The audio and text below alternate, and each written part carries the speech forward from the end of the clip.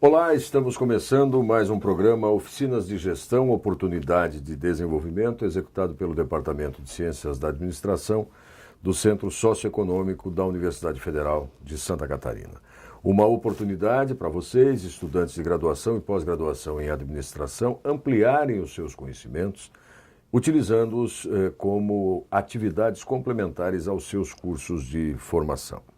O tema sobre o qual nós vamos conversar hoje é a formação acadêmica do profissional de administração, do reconhecimento da profissão às diretrizes curriculares do século XXI. Para isso, já tenho aqui ao meu lado no estúdio o professor Rogério da Silva Nunes, doutor em administração pela Universidade de São Paulo, mestre e graduado também em administração pela Universidade Federal do Rio Grande do Sul. Também foi representante discente na reformulação curricular do curso de graduação em administração da Universidade Federal do Rio Grande do Sul e é professor associado do Departamento de Ciências da Administração da Universidade Federal de Santa Catarina, tendo coordenado já os cursos de graduação em administração da UFSC nas modalidades presencial e à distância no período entre 2010 e 2016. O professor Rogério atua no mestrado profissional em administração universitária, programa no qual coordenou a linha de pesquisa Gestão Acadêmica e Administrativa até 2015 e atualmente é o coordenador da recém-criada linha de pesquisa Sistemas de Avaliação e Gestão Acadêmica. Também é secretário adjunto de Educação à Distância e coordenador do Núcleo Universidade Aberta do Brasil no âmbito da Universidade Federal de Santa Catarina. Além disso, desde 2013, coordena a área temática de empreendedorismo e governança corporativa no encontro da Associação Nacional dos Cursos de Graduação em Administração, o ENAGRAD. Professor Rogério, satisfação poder recebê-lo aqui nesse nosso espaço do programa Oficinas de Gestão e muito obrigado pela sua disponibilidade para poder conversar com os nossos estudantes conosco sobre esse tema aí tão importante. Áureo, muito prazer estar aqui. A gente já tinha tido convite em várias ocasiões para estar presente. É a primeira vez que eu estou vindo participar do Oficina de Gestão, que é um programa que eu acompanho há muito tempo. Desde 2009, quando foi criado, inclusive em 2010, quando eu fui a Moçambique, eu fiz divulgação desse programa. Alguns dos acessos que a gente tem mapeado lá da África veio daquela divulgação que a gente fez lá atrás. Né? É muito bom estar aqui compartilhando espaço com o pessoal que curte oficinas de gestão. Então, para a gente falar sobre a formação acadêmica do profissional da administração, desde o reconhecimento da profissão até as diretrizes curriculares do século XXI, acho que talvez a gente devesse começar pensando ou explicando para os nossos alunos como é que está concebida hoje a formação acadêmica dos administradores. É possível falar um pouco de uma história, de um contexto anterior ao ambiente atual? Sim. Da área socioeconômica, né, especialmente a área de economia e contábeis, que são as áreas mais próximas à formação do administrador, o curso de administrador é o que tem menos tempo no Brasil. Na virada do século XIX para o século XX, nós já tínhamos cursos de contábeis e nós já tínhamos cursos de economia no Brasil. Mas os primeiros cursos de administração eles vão surgir no pós-guerra. Né? Tem uma discussão se é 45, 46, 51, enfim, é no pós-guerra que vão surgir os primeiros cursos. Mas, mesmo assim, a gente não tinha a profissão. Então, mesmo que tenha surgido alguns cursos, para citar um exemplo assim ilustre, né, a Fundação Getúlio Vargas é um curso dos anos 50, é em 1965 que se regulamenta a profissão. Então, as primeiras orientações formais de como deve ser uma grade, ela é do governo militar, ela é daquele período de 67, 68, e os cursos de administração do Brasil hoje, mais tradicionais, que têm mais expressividade, são mais reconhecidos, são cursos que têm por volta de 50 anos. São cursos que estão 67, 68, 66, 65, enfim. E num primeiro momento, os cursos que surgiram, ainda dentro desse esforço de governo militar, era basicamente os cursos de formação em administração pública. Não era ainda de administração ou de administração de empresas, como a grande maioria dos cursos de hoje é. Né? Ali nos anos 60, 67, 68, era um curso de administração pública, para citar o exemplo do meu, lá da graduação de administração da Federal do Rio Grande do Sul, ele era inicialmente uma graduação de administração pública.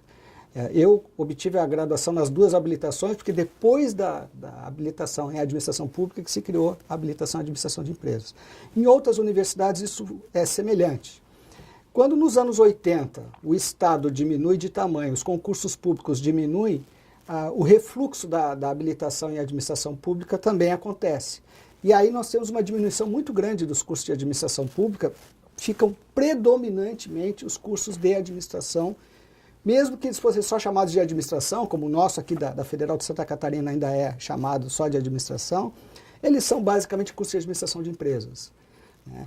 Vai ter uma segunda leva, que aí é a virada do século XX para o século XXI, quando tem a mudança, quando o MEC tem uma mudança importante, que é o governo Fernando Henrique Cardoso, o ministro Paulo Henrique, no Ministério da Educação. Paulo Renato, né? O Henrique é o Fernando Henrique, né? É o presidente. Então é o Paulo Renato, que assume o ministério. Ele tem uma série de mudanças que acontecem na área da educação. Tem uma outra leva, tem uma terceira onda aí na área da administração, que são as habilitações. Habilitação em marketing, habilitação em recursos humanos, habilitação... Olha, chegou a ter mais de 200 habilitações no Brasil, diferentes de administração. Eu cheguei a coordenar em São Paulo, quando eu trabalhei em São Paulo, uma habilitação em administração hoteleira, né, que essa ainda tem algumas por aí, inclusive as diretrizes curriculares ainda prevêem a administração hoteleira. Mas tem habilitação em gestão de autoescola, porque também teve aquele momento que teve a mudança do Código de Trânsito, onde jogou para as autoescolas. Uma janela de oportunidade. E ali teve uma janela de oportunidade que algumas escolas também se habilitaram. Também ali por 2002, 2003, 2004, surgiu a habilitação, né, a regulamentação, surgiu a regulamentação dos cursos de tecnólogo, cursos superiores em tecnologia. E aí também a administração hoje tem uma presença muito grande nesses cursos, que são cursos de 3 anos de duração. Então tu tem hoje o tecnólogo de recursos humanos, tu tem o tecnólogo, aquelas habilitações, grosso modo, e bem grosso modo, elas acabaram migrando para esses cursos de menor duração, embora hoje sejam cursos superiores, tanto quanto os anteriores. Então a gente tem essa onda dos anos 50, pré-regulamentação, a onda pós-regulamentação da profissão, que é nos anos 60, nos anos 80, o refluxo da administração pública, com o crescimento aí no final dos anos 90 das habilitações, e aí as diretrizes curriculares, no início do século XXI, elas extinguiram as habilitações. Para citar uma habilitação que era bem conhecida, né, que tinha muita, aqui mesmo, outro dia aqui na universidade eu conversei com um colega aqui, servidor, que ele é formado nessa habilitação. Tinha habilitação em comércio exterior. Né? Hoje não tem mais habilitação em comércio exterior na administração. Né? Ou se tem, vai estar nesses tecnólogos. Em compensação, hoje tem o curso de Relações Internacionais, que é da área da economia, do direito, da economia, enfim. Essas habilitações, as diretrizes curriculares no início do século, elas extinguiram ou bloquearam fortemente para que a gente ficasse com uma administração que seja geral, que seja essa administração de empresas, que alguns cursos chamam de empresas, outros chamam só de administração. No caso, a Federal de Santa Catarina, a gente só chama de administração, e administração pública, que vai culminar aí a partir da segunda metade da década, né, com a educação à distância. Que aí, no nosso caso aqui, o nosso projeto piloto, né, que vai resgatar que também... aí é de 2005, 2006, a gente teve o primeiro ingresso do piloto, que era a administração, mas a gente tem em 2000 e... agora vai escapar, mas eu acho que é 2010, 2009 ou 2010, o primeiro ingresso em administração pública. Né, que aí eu acho que é 2010. Aí, né? Já na modalidade à distância. Aí já na modalidade à distância. Que é uma novidade também, né? Nós estamos, para citar o exemplo, né, através da Universidade Aberta do Brasil, completando 10 anos, agora em julho de 2016, ela foi criada em junho de 2006. Então, e aí sim, é uma rede de universidades com um projeto pedagógico único, ofertando na modalidade à distância entre universidades públicas. E aí tem uma questão também que vale a pena a gente resgatar, né? Nos anos 60, o governo era militar, era centralizado, então na regulamentação dos cursos a gente tinha um negócio chamado currículo mínimo, que era igual ao currículo máximo, todos os currículos eram praticamente iguais, né? Então tu pegava lá, tem que ter administração de materiais, tem que ter administração de recursos humanos, enfim, as terminalidades profissionais tinha inclusive carga horária definida mínima que era igual à máxima. Né? Nos anos 80, com o advento da democratização, houve uma liberalidade. Aí também...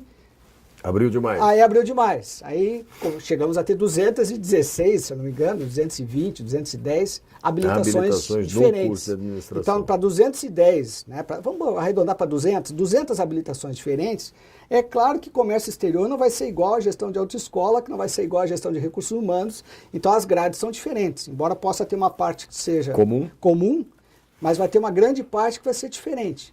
Essa situação foi regulamentada, então se restringiu com as diretrizes curriculares do início do século XXI, mas ficou no projeto da UAB, né, no projeto da Universidade Aberta do Brasil, de novo em uma grade só, porque a grade das 95 universidades públicas que participam do PENAP, né, do Programa Nacional de Administração Pública, é uma grade só. É um livro didático só. Não tem a flexibilidade. Para compensar isso, nós temos uma situação que é bem recente e da qual esse projeto aqui que a gente está participando, Áureo, é bem representativo. As matrizes, né, as grades curriculares, permitiram uma porcentagem que vai até 20%, né, de atividades complementares. Então dá espaço para que, embora tu tenha uma grade única, tu tenha uma parte da grade que seja flexível e que tu possa ter, por exemplo, oficinas de gestão, por exemplo, estágios, por exemplo, atividades sociais, porque a administração é uma área que ela é propícia a atividades em diferentes direções. É possível formar um administrador que seja consultor de empresas, um que seja gestor municipal, né? Um que seja, hoje, terceiro setor. A gente tem formação para terceiro setor, que é uma questão até bem discutida ultimamente na academia, formação para gestão social, né? Então, essas direções diferentes, não tem como ter uma grade que contemple todas. Então, a parte das complementares permite que reserve uma margem para que a gente... insira conteúdos variados. Exatamente. E que o aluno tenha a opção de, olha, não é todo mundo que vai fazer a mesma trilha. Tem um pedacinho da trilha onde ele vai poder escolher. Se ele quiser atuar com ações comunitárias, por exemplo, a gente tem hoje, né, várias ações comunitárias. O nosso curso aqui, inclusive, recentemente eu assisti, no próprio Oficinas de Gestão, o professor Marcos Boschetti coordena algumas dessas ações, né, e são resultados desse nosso currículo atual. Permite que tenha ações de gestão social, de intervenção junto a comunidades carentes, como tem também de programas de trainee, seleção para grandes grupos multinacionais. Exatamente. Recentemente eu encontrei no aeroporto 4 ex-alunos nossos, que são hoje executivos da Ambev, trabalhando em São Paulo, estavam embarcando para São Paulo. Então, o que é interessante na formação de administrador é a possibilidade de opções, o leque de opções que ele permite a quem quer atuar nessa área escolher. O mundo não é pequeno na administração, o mundo é muito grande. Às vezes a gente se atrapalha porque é grande demais, né? Mas enfim, ele tem essa possibilidade de opções. Agora, particularmente com relação à matriz curricular mesmo, na minha área de atuação, que é a área de jornalismo, de ensino de jornalismo, a gente também se depara às vezes com algumas dificuldades para, digamos assim, adequar determinados currículos a determinadas realidades regionais. Quer dizer, o mercado de trabalho, a perspectiva de atuação profissional, ela varia muito de um estado para o outro, de uma região para outra, em determinadas áreas com maior ou menor facilidade para a formação do aluno. E as diretrizes tendem a ser uma tentativa de unificar de alguma forma, né? Então essa situação que o professor Rogério traz aqui, desses 20% de atividades complementares ou outras, permite um pouco dessa adequação. Mas em síntese, se fosse possível falar de uma grade única mesmo, ou comum, uma matriz comum, o que é imprescindível que tenha nessa matriz, nessa grade curricular? A estrutura da matriz curricular, segundo as diretrizes curriculares, né, ela tem 4 eixos que são importantes, né? Não necessariamente a carga horária deve ser igual ou maior ou menor de cada um desses 4 eixos. Então tu tem assim, a formação profissional. No nosso caso, né, para citar o pessoal da área de administração, as terminalidades mais comuns são recursos humanos, marketing, finanças, administração de materiais, administração da produção, né, enfim, essas terminalidades são as mais comuns, as mais frequentes em administração. Mas tu pode colocar outras terminalidades se tu resolver caracterizar aquilo como formação profissional. Isso nesse primeiro Por eixo. exemplo, uma disciplina de empreendedorismo, ela poderia entrar, e no nosso caso entra, como terminalidade profissional. Consultoria, preparação, formação de consultores, também poderia, numa matriz curricular, estar aí. Enfim, a formação profissional propriamente dita. Tem um segundo eixo, que é a parte quantitativa. Então, a gente trabalha com disciplinas de matemática, por exemplo, pesquisa operacional costuma aparecer em algumas grades, geometria analítica, estatística. Tem uma disciplina que é a mais comum, que é a mais citada, que todo mundo vai conhecer, que é matemática para administradores, tem até livros com esse título. Né? Então, é uma introdução, cálculo, pode ter, enfim, tem que ter uma definição quantitativa. Tem as disciplinas pré-profissionalizantes ou básicas. E aí, nessas pré-profissionalizantes ou básicas, tem algumas disciplinas que a gente costuma caracterizar, né, que são de outros centros, como, por exemplo, aqui no nosso caso, a gente tem disciplinas de filosofia, de economia, de contábeis, de direito, sociologia, filosofia, antropologia. Então, esses eixos... Tá? O que é...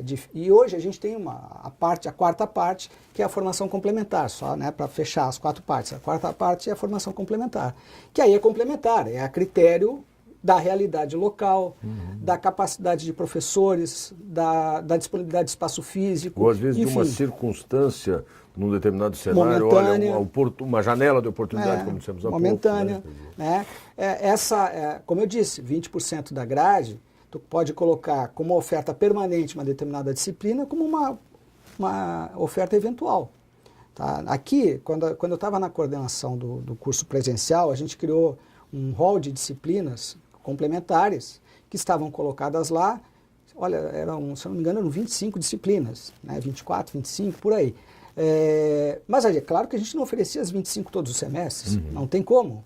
Então, em função um pouco da demanda, em função um pouco da disponibilidade de espaço físico, um pouco da disponibilidade de professores, a gente, né, trabalho do coordenador do curso, do chefe de departamento, fazer esse equilíbrio da oferta. Então, esses 4 eixos, eles têm que ter. Agora, é possível, né, levar, que é uma questão que, ainda outro dia eu estava conversando com um colega administrador, a gente estava falando sobre isso. Para citar o exemplo aqui do nosso EAD, o EAD de administração, houve uma época que a gente tinha uma turma em Uramutã, que é na divisa da Guiana com a Venezuela, e em Ilha Negra, que é na divisa do Uruguai.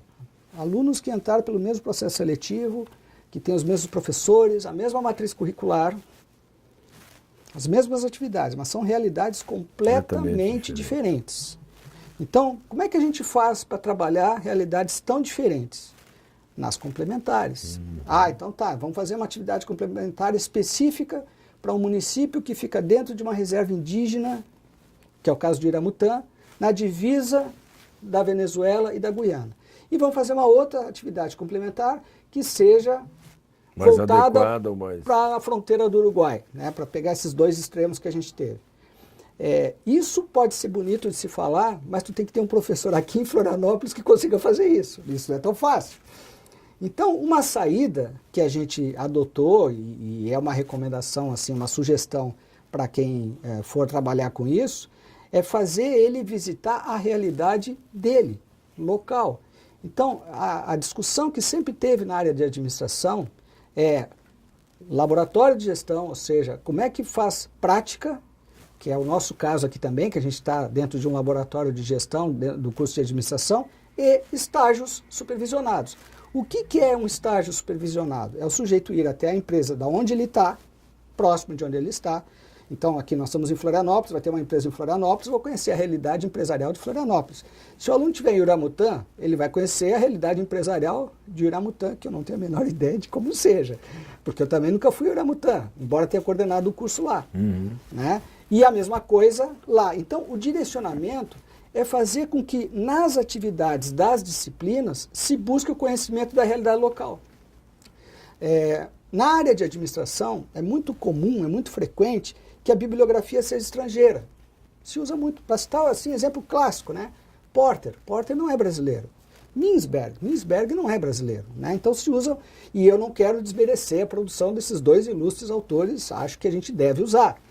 Mas a gente também deveria procurar buscar autores voltados para a nossa realidade local. Né? E aí é que eu vejo uma grande contribuição que a gente teve com o surgimento do projeto piloto em 2006 e com a Universidade Aberta do Brasil a partir, né, do nosso ingresso. Nossa primeira turma aqui foi em 2008. Porque aí os livros são feitos pelos professores de Florianópolis, eventualmente por um professor lá da região norte ou da região sul que a gente pode aproveitar, mas basicamente, mesmo que não seja da região, que ele preveja atividades que os estudantes vão fazer na sua realidade, conhecer a sua realidade local. Na grade do EAD da administração aqui da Federal de Santa Catarina, nós temos uma disciplina de seminário integrador, todos os semestres, que é uma atividade, inclusive, de apresentação presencial nos polos, onde os alunos vão nas empresas locais. Para citar alguns exemplos de trabalho, e citando lá Ilha Negra, que é essa cidade na divisa do Uruguai, próxima à divisa do Uruguai, nós tínhamos um acampamento de sem terra, um movimento sem terra, na cidade de Ilha Negra, e nós tínhamos uns 4 ou 5 estudantes que eram desse movimento sem terra, que fizeram vestibular para administração e que fizeram um estudo de viabilidade das atividades dessa atividade, desse acampamento de sem terra. Então, não é uma questão ideológica, é uma questão de realidade local. O cara olhar para a sua própria realidade. E na nossa matriz curricular tem uma preocupação muito grande de empreendedorismo, ou seja, de olhar para aquilo ali e pensar em como transformar ou em como visualizar uma oportunidade de atendimento, de lucro ou de serviço para a comunidade onde tu está participando, onde está inserido. Essa situação, né, nós tivemos vários exemplos, supermercadinhos, aqui no sul de Santa Catarina, nós tínhamos um polo, eu não lembro agora se era em Criciúma, mas enfim, porque o aluno não era dessa cidade, ele era de uma cidade próxima. Tem um polo madeireiro, então ele fez a fábrica de móveis ali. Então, aplicando o conhecimento dele na realidade. O que a gente, e para citar um outro exemplo também, nós tivemos lá em Jacuizinho, que fica no Rio Grande do Sul, que é uma cidade muito pequena, né, de população muito pequena, né? O município até não sei se é grande ou pequeno, a área territorial deles eu não sei, mas a população é 10, 20 mil habitantes. A coordenadora do polo, uma ocasião, mandou para cá um pedido de reedição do curso, que ela diz assim, é visível na cidade a mudança a partir da oferta de cursos, e lá em Jacuizinho não era só administração, tinha administração, ciências contábeis e ciências econômicas.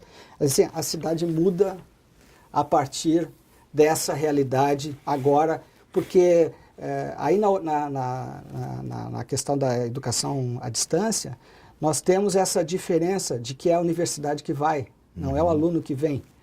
E aí, quando a universidade vai, é possível visualizar lá a diferença do antes e do depois. Né? Porque quando a gente tem o aluno que vem, nem sempre o aluno volta depois. Claro. Tem muitos que vieram a Florianópolis e ficaram em Florianópolis ou foram para outro centro, não para a sua cidade lá de origem. Então, e essa é uma questão que a gente sempre levanta quando fala da educação à distância, é de que é uma política de retenção de população longe dos grandes centros. Qualificada, né? E é um custo muito menor. Porque imagina o sujeito, quanto custa morar em Florianópolis?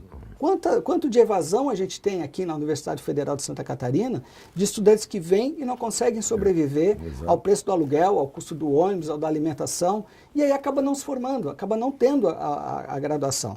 E essa não é uma realidade de Florianópolis, essa é uma realidade de grandes centros. A mesma situação ocorre em Porto Alegre, em Curitiba, em São Paulo, enfim, nos grandes centros. Então a possibilidade de que a educação à distância vá a municípios como Ilha Negra, que ninguém nunca ouviu falar, ou muitas pessoas não ouviram falar, Jacuizinho, né, Seberi, que são polos assim, cidades de pouca população e de pouca expressividade com relação à divulgação e conhecimento em geral, faz com que a gente tenha uma possibilidade também de enriquecimento dos professores. Eu gosto muito de participar dos seminários nos finais de semana, e já fui a quase todos os polos, acho que tem uns 2 ou 3 só que eu não fui, dos 27 que a gente atua aqui na administração, porque é justamente ver a apresentação dos trabalhos da realidade local. Paranaguá, eu assisto trabalhos sobre o Porto de Paranaguá. Né? A gente tem um polo lá em Paranaguá, lá eu já assisti trabalhos sobre o Porto de Paranaguá. Lá na cidade, Céu Azul tem um polo industrial em volta de Céu Azul, né? Mas é próximo da fronteira do Paraguai. Então também, olha só a possibilidade de conhecer a fronteira do Paraguai, a fronteira da Guiana, a fronteira do Uruguai, indo até lá. Né? Então a possibilidade que a tecnologia dispôs para a educação à distância dá um novo formato também para as matrizes curriculares dos cursos de administração. Porque agora tu tem espaço para contemplar a diversidade. Se pegar aquela matriz curricular dos anos 60, né, época que a gente conheceu um pouquinho, né, não se tinha espaço para isso. Mas, por outro lado, do ponto de vista da gestão do curso, fica mais complexo, porque antes o aluno fazia um curso na Bahia ou em Florianópolis, a matriz era a mesma. Hoje não é. Hoje não é. Agora, professor, também me parece relevante a gente comentar que, particularmente no caso da modalidade à distância e das oportunidades que se abrem para municípios pequenos, médios até, é de você conseguir, por exemplo, qualificar e formar uma força de trabalho que atua nas instâncias de governo do município. Sim, local. Né? Porque normalmente você tem um único grande empregador público que seria a prefeitura, nos seus diferentes setores. Fora disso, são pequenos negócios, são empresas familiares. Esse é mais ou menos o cenário que se encontra em municípios, né? Dependendo um pouco da vocação, se mais agrícola, se mais industrial, mas enfim, comércio e serviços. Né? Mas os cursos de administração à distância também têm tido esse mérito, né? De qualificar e formar. Né? Esse é o grande objetivo do Programa Nacional de Administração Pública. Ou seja, o ressurgimento que a gente comentou agora há pouco, da modalidade dos cursos de administração pública na modalidade à distância, é justamente em cima dessa demanda. Porque o Brasil tem essas coisas estranhas, né? A gente tem uma época onde tudo é concurso público, daqui a pouco uma época onde nada é concurso público, né? E lá nos anos 60, nos anos 70, quando surgiram, né? Quando explodiu a demanda e a oferta de cursos de graduação em administração, a grande demanda que havia era emprego no setor público. Quando vem os anos 80, cadê o emprego no setor público? O Estado diminui. Né? Endividamento, FMI, enfim, moratórias, aquele ambiente onde o Estado faliu, o Estado oficialmente faliu nos anos 80 no Brasil. Então, quando a gente retoma a intervenção do Estado no século XXI, também se retoma a necessidade de quadros que não estavam sendo formados há 20 anos. Exatamente. Há 30 anos, 20 anos, né? Vou arredondar para 20 anos, mas em alguns municípios. E aí vem a pressão. Porque 20 anos, 30 anos, é o tempo da aposentadoria. Exatamente. Saiu alguém, tu vai botar quem, se não teve a formação desse quem lá. E simultâneo a isso, no Brasil, nos anos 80, especialmente até a primeira metade dos anos 90, nós tivemos uma explosão de municípios. Claro. Uma grande quantidade de emancipação de municípios. Então isso gerou mais demanda de setor público. E não havia oferta, né? Então essa situação... que agora a gente está nesse momento de indefinição e talvez até venha a diminuir o Estado de novo, talvez a gente tenha até um refluxo, né, nessa situação de oferta de empregos no setor público, a gente ainda está no momento de indecisão, mas essa possibilidade ela retomou no século XXI, por isso que as diretrizes curriculares elas mantiveram explicitamente a possibilidade de habilitação em administração pública. Inclusive porque o Estado, de uma forma geral, se profissionalizou, acho que a gente pode... Parece meio simplista isso, né? Melhorou, né? Melhorou em alguns aspectos, mas porque a própria sociedade ganhou alguns mecanismos de controle e acompanhamento desse mesmo Estado. Então você não pode mais admitir... Eu me lembro de uma das conversas que tive com vários dos convidados que tivemos aqui, da origem da palavra repartição pública, que se usava muito no início, né, lá nos anos 40, 50, porque era repartido mesmo, cada um tinha cada um do seu quadrado. Do seu quadrado. Então o cidadão trabalhava onde? Na repartição, né? E hoje você tem ambientes abertos à sociedade vigilante, órgãos de controle. Quer dizer, o Estado está muito mais vulnerável na atuação que tem, nos serviços que presta e muito mais rigorosos os instrumentos de controle. Daí a necessidade de formar bons gestores. A própria legislação de responsabilidade fiscal, que ela é do final dos anos 90, se eu não me engano é 1999, enfim, ela é do final dos anos 90, né? Ela colocou, na gestão municipal especialmente, exato, né? Um controle bem maior sobre os gastos públicos, sobre o orçamento. Nós tivemos, já no início dos anos 90, muita discussão aí em nível federal de orçamento público, a lei de diretrizes orçamentárias, né, que disciplinou procedimentos de gestão pública. Então, essa situação vai exigir que tu tenha profissionais habilitados a atuar nesse ambiente. Então, é a partir dos anos 90 que o Estado ele começa a ter uma preocupação séria e regulamentada pelo Congresso de responsabilidade e de controle, especialmente controle fiscal, né? Controle de gastos públicos, né? E com inclusive alguns prefeitos presos, né? Governadores, enfim, cassações, em função dessa situação de controle de gastos públicos. Isso vai fazer com que a gente tenha um redirecionamento da demanda em favor da administração pública. Mas a nossa grande matrícula hoje no Brasil ainda é privada, ainda é de administração de empresas.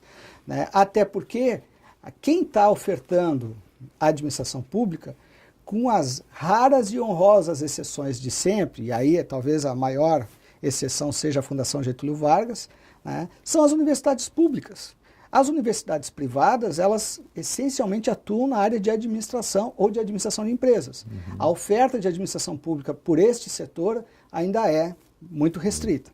Né? Mas e ainda também, que é uma questão que vale a pena comentar, em cima ainda do ponto das complementares, né?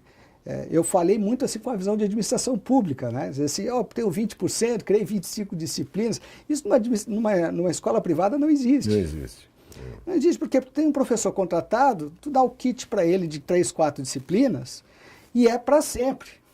Essa coisa de grade flexível numa instituição privada, especialmente nas de pequeno porte, e as de pequeno porte são maioria, é muito complexo. Faculdades, as faculdades isoladas, né? As faculdades isoladas ou as faculdades integradas, que são as de menor porte, essas têm uma grande dificuldade em ter uma oferta diversificada. Então, por isso que numa faculdade desse tipo, de pequeno porte, privada, isolada ou integrada, ela fala muito em mercado de trabalho e ela direciona muito a formação do assalariado. Tu tem um discurso de empreendedorismo, tem um discurso de consultoria, mas na verdade, tu vai lá no final do ano e faz uma estatística de quantos estão empregados e quantos não estão empregados. Então, as realidades, isso é lindo no Brasil, mas é uma dificuldade muito grande no Brasil. As realidades são muito distantes, há muita desigualdade na rede. Então, essa desigualdade na rede faz com que a gente tenha universidades voltadas inteiramente para a formação de mão de obra, inteiramente voltada para essa busca de emprego, e outras que dão oportunidades um pouco maiores. Aí as públicas ainda são privilegiadas em relação a isso. A gente ainda, apesar das dificuldades, né, e apesar de limitações de recursos que todo mundo tem, não são só as públicas que têm, as privadas também têm, mas ainda a gente tem espaço e cabeças pensantes, né, que é realmente a maior parte da titulação de administração está nas universidades públicas. Então, isso faz com que a gente tenha mais possibilidade de oferta. Agora, professor, é possível prever algum cenário na formação dos administradores, as últimas diretrizes curriculares nacionais para a área da administração são de 2004. Então, já temos aí 12 anos que, eventualmente, os currículos vão sendo atualizados, mas enquanto orientação geral, as diretrizes têm essa dúzia de anos aí. Né? Essas questões de diretrizes curriculares, elas são sempre uma discussão permanente e sujeitas a muitas pressões, porque se eu digo que uma determinada oferta tem um determinado custo, se esse custo não interessa para muita gente, vai haver uma reação dessa muita gente contra esse tipo de oferta. Então, assim, essa pressão, ela existe. e faz parte do jogo, sempre existiu. A regulamentação através das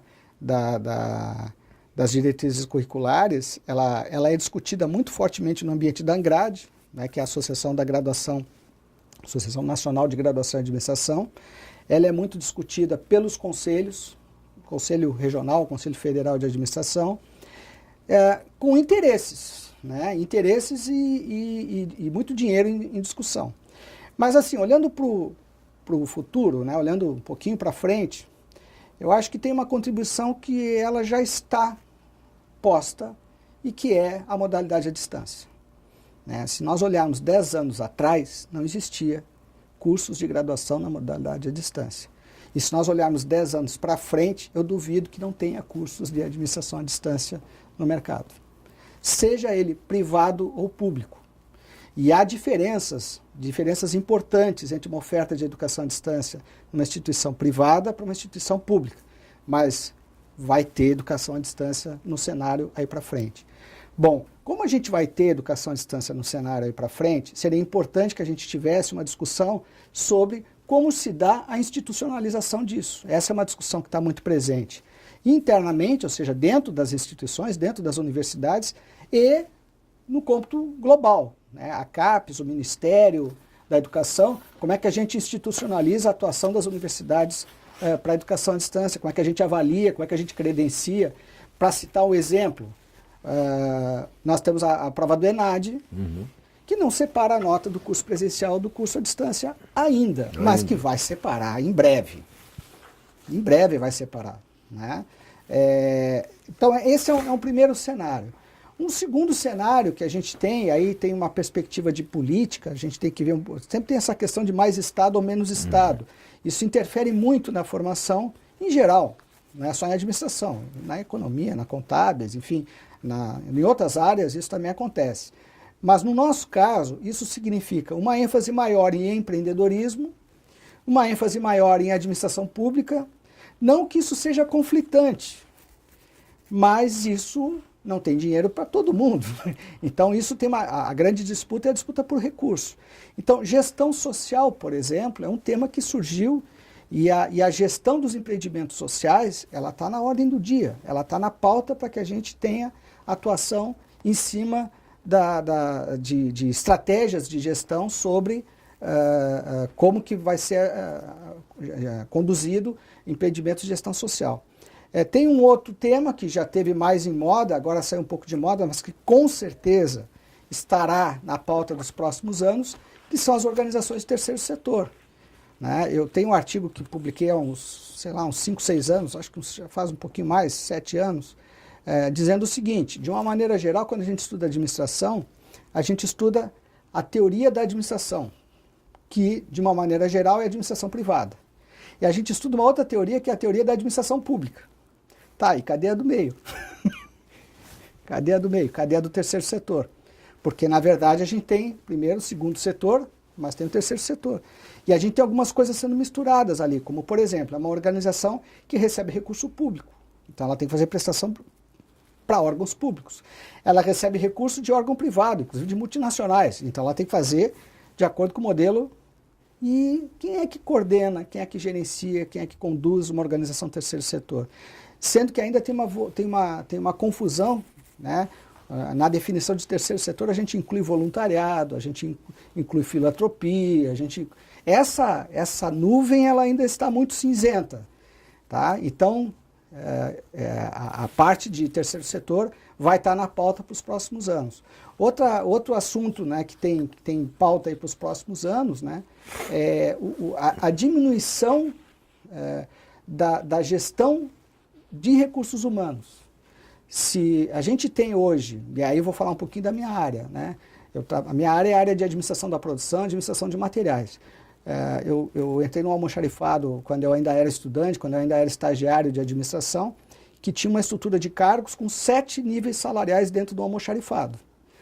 Para que todo mundo entenda, o almoxarifado é uma coisa simples. A gente recebe coisas... E distribui coisas. Guarda coisas, né, recolhe coisas e distribui coisas. 7 níveis salariais. E isso significa que tinha pelo menos 7 pessoas lá dentro. 6 chefes. Não sei se chefes, mas enfim, o chefe ser subordinado, mas uma escadia, né? Tá? Hoje, e não é de hoje, já faz mais de 30 anos que tu pode ter um almoxarifado sem uma pessoa sequer. Claro. Sistemas respondem Os a tudo. sistemas automatizados, né? Lá no início dos anos 80, o pessoal chamava isso de fábricas escuras, né? Porque realmente tu apaga a luz, não tem ninguém lá dentro. Tá? Então, essa substituição de mão de obra por máquinas, ela vai ter impacto em algumas áreas bem importantes da gestão, como, por exemplo, a estrutura de cargos e salários. Faz sentido tu ter uma estrutura de cargos e salários para um almoxarifado, fazer plano de carreira para um almoxarifado? Não é a minha área de recursos humanos, né? Mas isso está em discussão. Outra questão, e até no setor público isso está dando bastante controvérsia, então ela está no cenário aí para frente também para a gente conversar na área de administração, é a terceirização. Né? A gestão da terceirização, como é que se dá? Porque é um sujeito que está aqui, mas que não é funcionário daqui, que presta serviço aqui. Como é que se dá a gestão dele? Como é que se dá a elaboração dos contratos, a gestão dos contratos, a fiscalização dos contratos, a demissão de um sujeito que presta serviço para ti, mas que não é teu funcionário, que a gente está vendo isso amplamente, né? Condomínios, né? Universidades, cada vez mais, hospitais, enfim, todas as organizações hoje, no setor público, inclusive tivemos, né, questões recentes sendo divulgadas com problemas de terceirização. Então, terceirização é um assunto que vai estar na pauta aí para frente. E aí, como é que a gente faz uma grade que contemple gestão social, terceirização, consultoria, esses itens todos? E com um conjunto de diretrizes que tem 12 anos, né? Que talvez, Não, mas eu até acho, né, que as diretrizes elas devem mudar logo em seguida, né? Sempre é bom lembrar que as diretrizes elas fazem parte da estrutura do MEC. Então, se a gente tem uma instabilidade política, como tem hoje, com um presidente e com um ministro que tem mandato de mais 2 meses, é difícil comprar uma briga dessas e discutir uma situação dessa magnitude, porque não é só administração, é biologia, é filosofia, jornalismo, enfim, todos os cursos têm que passar por esse processo, né? Então, assim, eu não sei se esse ano, mas a gente tem uma discussão que está na agenda, que está na pauta para breve e que vai ter que se debruçar sobre estes pontos. Né? A natureza dos empreendimentos, só para citar, dentro do empreendedorismo, eu não comentei, né, a quantidade de startups, de aplicativos que a gente tem hoje, como é que tu incorpora isso dentro da grade curricular? Né? Aqui em Santa Catarina, inclusive, a gente tem várias experiências e temos, inclusive, alguns prêmios com os nossos alunos aqui da graduação com relação a isso, mas isso ainda é muito difuso, isso não está dentro daquela margem do que faz se achar que vale a pena fazer, né? A parte da complementaridade é a parte onde tu tem autonomia para diversificar. Mas isso está nas principais escolas, está nas grandes escolas, não está em todas as escolas, né? Então, eu acho aí, e para a gente até resgatar a nossa atuação, né? Tem muito do esforço dos professores. Né, do que institucional em cima de alguns resultados que são obtidos nas matrizes curriculares que tem nas diferentes universidades, nas diferentes instituições aí do Brasil.